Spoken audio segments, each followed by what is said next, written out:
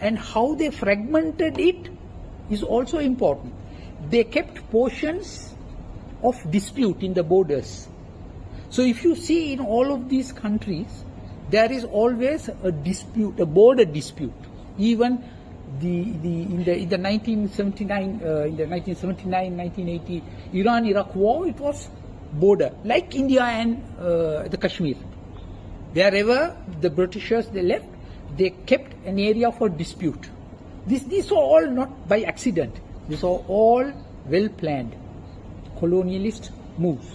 So similarly, they fragmented the Middle East into portions and also made sure that there would be disputes in the future, which means there won't be unity amongst them, which means they will be weak forever, which means they can do whatever they want to do as far as world politics and geopolitics is concerned.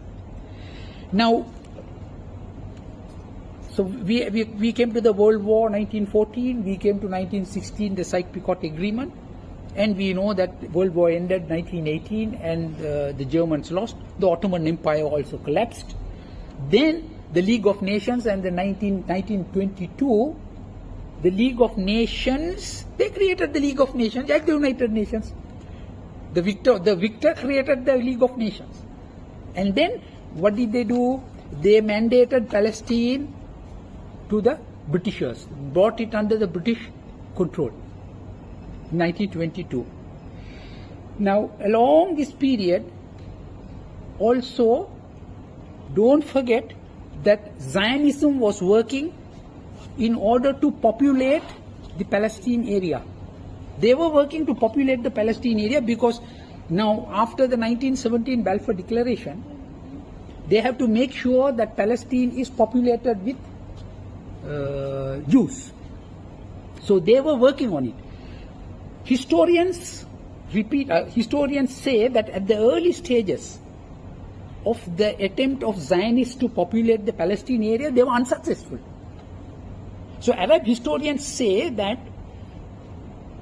the Arabs were not much concerned, not much worried about the growing population in Palestine, because for them, they were thinking that the Zionist project was a failure.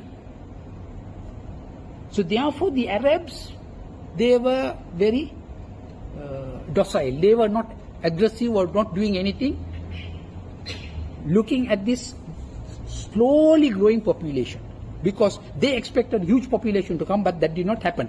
Their prediction was that the Zionist project was a failure, but the truth is different.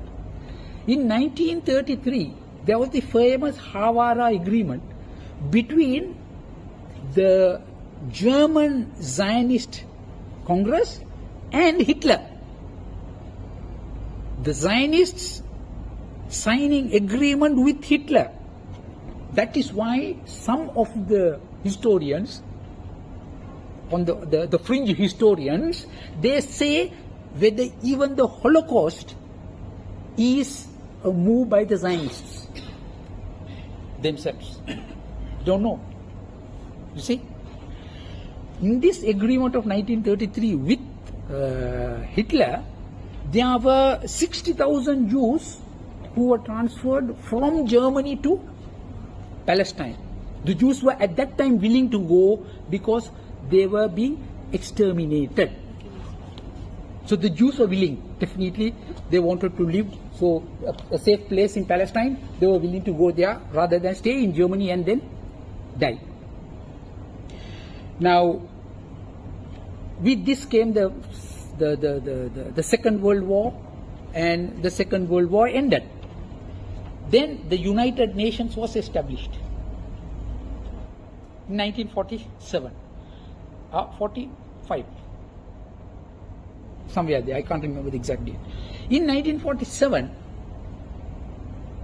the UN passed a resolution, which is Resolution 181, the famous resolution, which created the state of Israel. Which means they partitioned the Palestinian land and gave it to the Jews. How did they partition it?